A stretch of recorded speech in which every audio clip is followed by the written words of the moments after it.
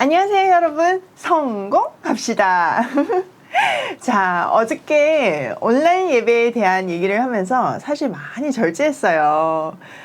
제가 이 성경 공부 채널에서 말씀을 전할 때는 내 주장이 아닌 성경에 근거해서 굉장히 보수적으로 전하고 있거든요. 말 그대로 여기는 토론 채널이 아닌 성경 공부 채널이니까요. 근데 오늘 하나님께서 한 번 더 기회를 주시네요. 기도하면서 전해야 할 말들을 다시 정리해 보았어요. 그리고 오늘 본문을 통해서 예수님이 제안하시는 예배에 대해 바로 알고 주님이 기뻐하시는 예배자가 되었으면 좋겠어요. 자, 본문 들어가서 같이 볼게요. 1절, 예수께서 다시 회당에 들어가시니 한쪽 손 마른 사람이 거기 있는지라. 자, 예수님께서 다시 회당으로 들어가세요. 이전에 해당에서 귀신 들린 사람 고치신 거 기억나시죠? 네, 악한 귀신이 막 판을 쳐도 아무런 능력을 발휘하지 못하는 죽은 예배를 드리는 회당의 현실을 보여주는 사건이었어요. 자, 오늘은 회당에 한쪽 손이 마른 사람이 있었어요. 이것도 회복 불가능인 그런 상태였거든요. 그러니까 이 모습도 이스라엘의 영적인 상태, 마비된 손이 마른 듯한 그런 상태를 고스란히 보여주고 있는 거예요. 또 손이라는 것은 온몸의 집약판이잖아요. 그래서 이런 거 지압하면 막 몸이 풀리고 이러잖아요. 근데 그 손이 말라 있는 거예요. 이것은 당시 형식주의에 빠져서 예배의 정신을 잃어버리고 마르고 왜곡되어 버린 그들의 영적인 상태를 그대로 보여주는 장면인 거죠. 자, 2절. 사람들이 예수를 고발하려 하여 안식일에 그 사람을 고치는가 주시하고 있거늘. 정말 너무하죠. 얼마나 왜곡되어 있는지 마가가 예배자들의 시선을 이렇게 자세히 기록하고 있어요. 그들은요, 손이 마른 사람에 대해서는 관심은 하나도 없어요. 왜냐면 안중도 없어요. 아프거나 말거나 관심이 없는 건 거죠. 근데 오직 예수님을 고발하는 데만 관심이 있는 거예요. 그래서 그 사람을 안식일에 고쳐주나 안 고쳐주나 이렇게 지켜보고 있는 거예요. 진짜 너무나 슬픈 현실이에요. 자, 3절. 예수께서 손 마른 사람에게 이르시되 한가운데에 일어서라 하시고. 자, 예수님은요 그런 시선에는 아랑곳하지 않으시고 오직 그 아픈 사람에 집중하세요. 그래서 일어나서 가운데로 나오라 이렇게 말씀하시는 거죠.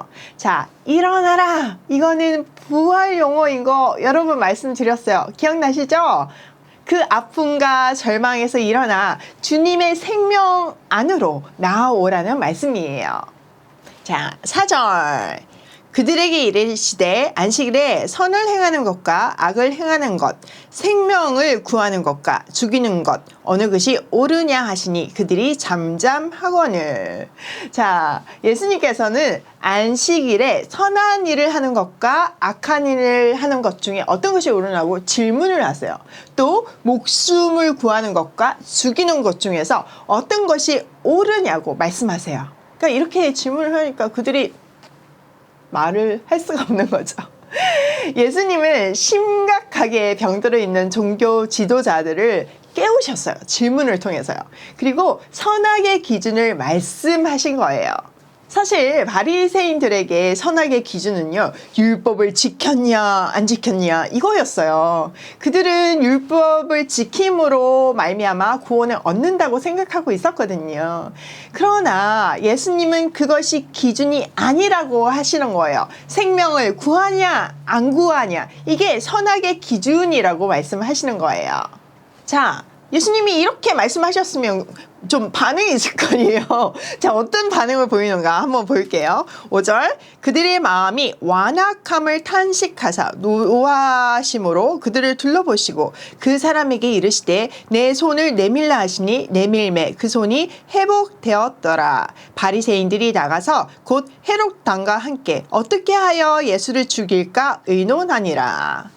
자, 예수님이 이렇게 알려주셨는데도 그들은 마음이 굳어서 전혀 요동하지 않았어요. 마치 손이 마른 불치병 환자처럼요. 예수님은 그들의 완악함을 탄식하고 노하셨어요. 그리고 손이 오그라든 사람의 손을 회복시켜 주세요. 그러나 그 놀라운 기적의 광경을 보고도요, 마음이 굳은 종교 지도자들은요, 감사하거나 하나님께 찬양을 올려드리지 않았어요. 그러기는커녕 예수님을 어떻게 하면 없앨까, 이런 모의를 하는 거예요. 진짜 슬픈 현실이죠. 여러분, 우리는요, 이 상황에서 어쩜 그렇게 할 수가 있어, 이렇게 하는 게 아니라 우리 안에 이런 마른 모습이 없는지 잘 살펴봐야 해요. 우리가 성경의 순서에 따라서 말씀을 묵상하고 있지만요, 세상에는 우연은 없어요. 완벽한 하나님의 계획만 있잖아요. 그러니까 하나님께서 우리에게 이 말씀을 하고 계신 거예요. 니네 지금 예배 바로 드리고 있지? 온라인 예배 어떻게 해야 되는지 알지? 이거 보면서 다시 리셋해? 이렇게 얘기하시는 거예요. 온라인 예배가 거의 1년이 다가가고 있는 이 시점에서 우리 마음이 어느 부분은 굳어진 부분도 있을 수 있어요. 그 부분을 건드리시면서 우리 예배를 점검하게 하시는 거예요. 어제도 말씀드렸지만 우리의 매일이 주의 날이에요. 그렇지만 주일 바른 예배가 너무나 중요해요. 하나님 앞에서 바른 예배가, 그 주일 예배가 나머지 6일도 하나님 앞에서 살 수 있는 힘이 되거든요. 형식이 무너지면요, 내용을 담아낼 수가 없어요. 하나 타협하기 시작하면요, 도미노처럼 끝없이 무너지는 거 다들 경험해 보셨잖아요.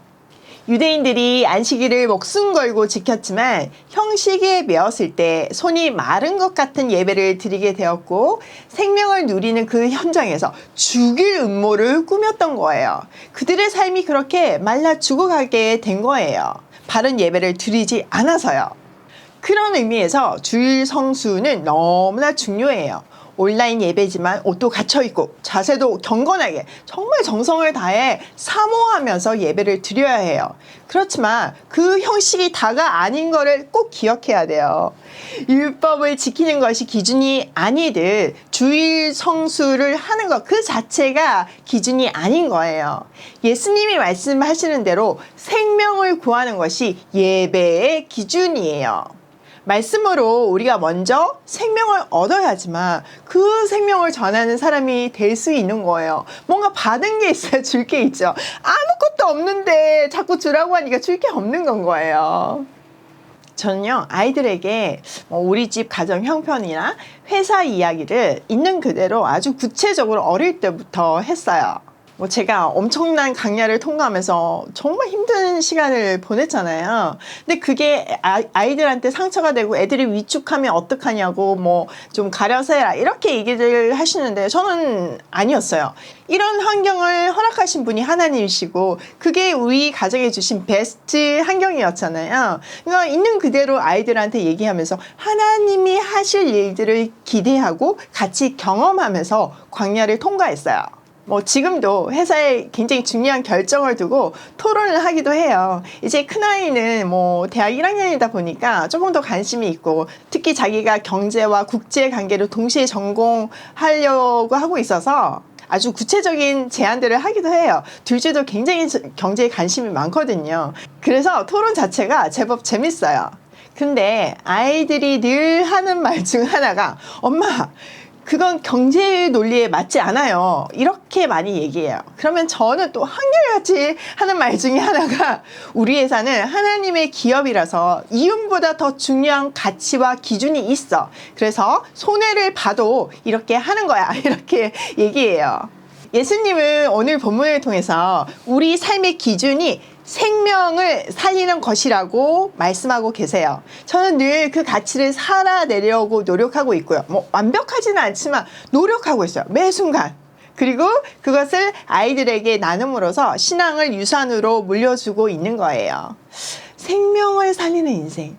대를 이어서 생명을 살리는 가문. 와, 진짜 너무 멋지지 않나요? 우리 모든 가정이 이렇게 생명을 살리는 가정이 되길 소원합니다.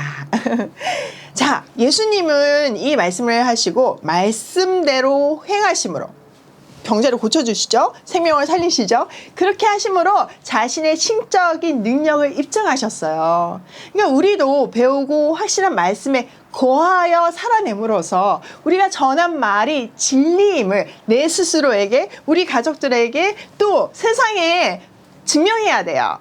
아니, 나부터가 뭐 안 하는데, 안 한다는 거는 그만큼 엄청난 효과가 없다는 거잖아요. 그 말씀은 파워가 없는 거예요. 파워가 없는 말씀은 굳이 요즘 이렇게 정보의 홍수 시대, 이렇게 뭐 할 게 많고 바쁘고 재밌는 게 많은데 그거 왜 하겠어요? 안 하는 건 거죠.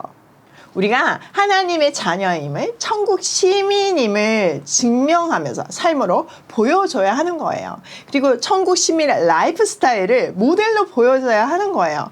뭐 거창하지 않아도 돼요. 진짜 말 한마디에서부터 시작할 수 있어요. 해보세요. 자, 종교 지도자들은요, 죽이려고 한 반면에 대중들은요, 예수님께 막 열광을 해요. 그래서 많은 사람들이 주님을 따르고 있어요. 그들은 아직 제자라기보다는 팬의 상태에서 예수님께 열광하고 따르고 있는 거예요. 사람들은 모여들고 예수님은 피하시고 숨바꼭질이 시작되거든요. 한번 볼게요. 7절. 예수께서 제자들과 함께 바다로 물러가시니 갈릴리에서 큰 무리가 따르며 유대와 예루살렘과 이두메와 요단강 건너편과 또 두로와 시돈 근처에 많은 무리가 그가 하신 큰 일을 듣고 나아오는지라. 예수께서 무리가 에워싸 미는 것을 피하기 위하여 작은 배를 대기하도록 제자들에게 명하셨으니 이는 많은 사람을 고치셨으므로 병으로 고생하는 자들이 예수를 만지고자 하여 몰려왔음이더라. 더러운 귀신들도 어느 때든지 예수를 보면 그 앞에 엎드려 부르짖어 이르되 당신은 하나님의 아들이니이다 하니 예수께서 자기를 나타내지 말라고 많이 경고하시니라. 자, 예수님은요, 이렇게 인기를 피하시고 대중들은 끊임없이 몰려와요. 그 이유는 많은 사람들이 고침을 받았잖아요. 그러니까 소문이 뭐 그냥 온 동네에 난 거예요. 여기 뭐 지역이 나오는데 정말 요단 동편 두로와 시돈 정말 그 근방에는 다 소문이 났다고 보시면 되는 건 거예요. 수많은 사람들이 경고침을 얻고 귀신이 쫓김을 받고 이러니까 병으로 고생하는 사람들이 다 몰려온 건 거죠. 일단 그들은 필요로 나와왔지만 그 필요의 근원의 생명을 받아들인 사람은 천국 시민의 삶을 살게 되는 건 거죠. 그러니까 처음에 필요 때문에 나온 거 나쁜 거 아니에요. 하나님은 여러 가지 방식으로 우리를 부르시거든요. 자, 더러운 귀신들도요, 정말 예수님을 귀신같이 알아봤어요. 그래서 뭐 어느 때든지 예수님을 정확하게 알아보는 거예요. 이렇게 고백해요. 당신은 하나님의 아들이시니이다. 이렇게 자꾸 고백을 하는 거죠. 문제는 알고 하나님의 아들인 줄 알면 정말 따라야 되잖아요. 귀신 생활 청산하고 예수님 따라야 정상인 건 거잖아요. 근데 알고도 안 따르는 건 거예요. 이게 귀신의 문제점이에요. 우리는 귀신 스타일로 주님을 아는 건 노노노노. 우린 제자가 돼야 돼요. 자, 그 다음 볼게요. 13절. 또 산에 오르사 자기가 원하는 자들을 부르시니 나아온지라. 이에 12를 세우셨으니 이는 자기와 함께 있게 하시고 또 보내사 전도도 하며 귀신 쫓는 권능도 가지게 하려 하심이러라. 이 12를 세우셨으니 시몬에게는 베드로란 이름을 더하셨고 또 세베대의 아들 야고보와 야고보의 형제 요한이니 이 둘에게는 보아누게 곧 우레의 아들이란 이름을 더하셨으며 또 안드레와 빌립과 바롤도메와 마테와 도마와 알페오의 아들 야고보와 및 다데오와 가나나인 시몬이며 또 가룟 유다니 이는 예수를 판자더라. 자, 예수님이 또 산에 오르셨어요. 그리고 자기가 원하는 자들을 부르시니까 그들이 나왔어요. 이에 12명을 세우시고 사도라는 이름을 주셨어요. 이렇게 하신 것은 예수님께서 그들과 함께 하시고 또 그들을 통해서 하나님의 말씀을 전파하게 하시고 귀신을 쫓아내는 권능을 가지게 하려 함이에요. 즉 교회 시대를 준비하시는 건 거죠. 마가는 사도들의 이름을 기록하고 있어요. 그리고 유다에게는 예수님을 판자라고 설명을 붙이고 있어요. 자, 여기서 맨 처음 산에 오르다라는 말은 아주 중요해요. 이거는 새로운 시대를 준비한다는 의미가 있어요. 여러분, 모세도 산에 올라서 하나님의 말씀을 받잖아요. 모세를 통해서 새 시대가 열렸잖아요. 또 하나님은 언제나 사람을 통해서 세상을 경영하세요. 그러니까 이 12를 세우신 이유가 새 시대, 교회 시대를 준비하시는 건 거예요.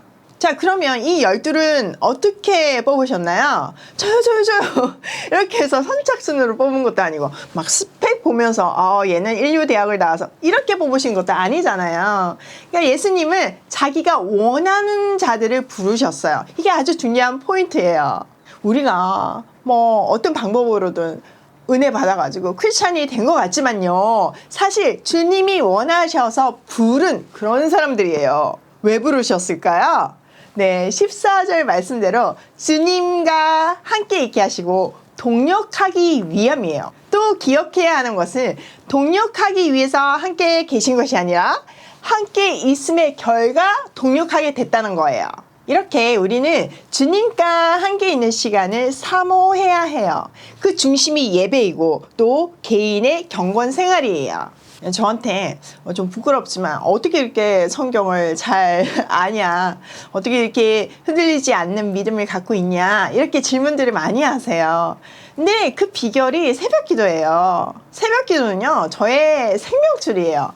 마치 탯줄이요, 엄마와 태아 사이를 연결해가지고 아기에게 생명 유지에 필요한 모든 영양분을 공급하잖아요. 저도 하나님께 연결된 생명줄인, 탯줄인 새벽 기도가 지금의 저를 만들어냈어요. 뭐 새벽 기도 자체에 엄청난 파워가 있고 그게 아닌 거 아시죠? 그 형식 매일 안 빠지고 가고 이 형식이 중요한 거 아닌 거 아시죠 이제?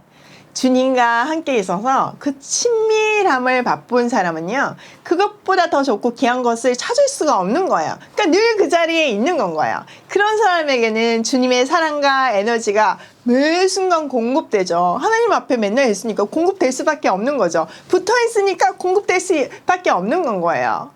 마치 우리 심장 오늘 몇 번 뛰어 이렇게 얘기하지 않아도 뛰는 것 같이 하나님의 생명이 우리를 살리고 가게 하는 건 거예요. 그런 사람에게는요, 매 순간 공급된 주님의 사랑과 에너지가요, 권능으로 주어지고 또 생명이 흐르게 되는 건 거예요. 그러니까 그런 사람은 지치지 않고 달려갈 수 있는 건 거예요. 그 위대한 사도 바울이 지치지 않고 감옥에 갇힐 때까지 정말 생을 마감할 때까지 달려갈 길 다 달려갔잖아요. 그럼 위대한 사람 아니고 저같이 평범한 사람도 보면 제가 제 스케줄을 다 감당하면서 갈 수 있는 거, 이렇게 지치지 않고 매일 아침 성경을 전할 수 있는 거, 이게 바로 하나님한테 공급된 힘인 거예요. 내가 지금 나한테서 지금 뛰고 있는 심장을 내 의지로 멈출 수 없듯이 그 생명은요, 아무리 막아도 세상으로 흘러가고 세상을 살리는 에너지가 되는 건 거예요. 나는 새벽기도는 진짜 못하겠어. 괜찮아요. 꼭 새벽기도 아니어도 돼요. 주님과 교제하는 개인 경건의 시간이 너무나 중요하다는 말을 하는 건 거예요. 그 중심에는 주일 예배가 있어요. 그 앞에서 바로 돼야지만 우리가 사실 그 개인 경건의 시간을 유지할 수 있는 힘이 생기는 거거든요. 그 주일 예배의 맛을 본 사람만이 그 개인 경건의 시간을 사모할 수 있는 거거든요. 전 제가 이렇게 성실한 사람인지 몰랐다니까요. 하나님 만나기 전에는 뭐 열정은 정말 있었어요. 그때도 열정이 있고 지금도 열정이 있는데 예전에는 성실하지는 않았거든요. 근데 하나님을 제대로 만나니까 이런 성실한 사람이 됐더라니까요. 주님 만나더니 지나미가 변했어요. 진짜 이거예요. 이게 우리 모두의 삶이어야 되는 건 거죠. 자, 우리는 본문을 통해서 안식일 민낯을 보았어요. 사실 이것이 지금 한국교회의 현실이기도 해요. 지금 한국교회는 엄청난 부흥 너머에 이제 거품을 걷어내는, 진짜를 가려내는 그런 작업을 하고 계신 것 같아요. 오늘 본문에서 본 것과 같이 교회 안에는 언제나 세 가지 반응이 나타나요. 첫 번째, 형식에 배어서 본질을 죽이려고 하는 사람들이 있어요. 두 번째, 소문을 듣고 일단 내가 필요한 것이 있어서 모여드는 사람들이 있어요. 또 세 번째, 주님과 교제하며 동행하며 생명을 전하는 사람들이 있어요. 여러분, 1번, 2번, 3번 고르세요. 나 때는 말이지, 왕년은 말이지, 이런 거 다 필요 없어요. 지금 이 순간의 결단이 중요해요. 저는 무조건 3번으로 살 거예요. 해보니까 너무 행복하더라고요. 진짜 최고더라고요. 제가 보장할 수 있어요. 자, 오늘도 생명을 살리는 예배를 드림으로 생명을 전하는 삶을 살기를 결단하고 고고싱해요.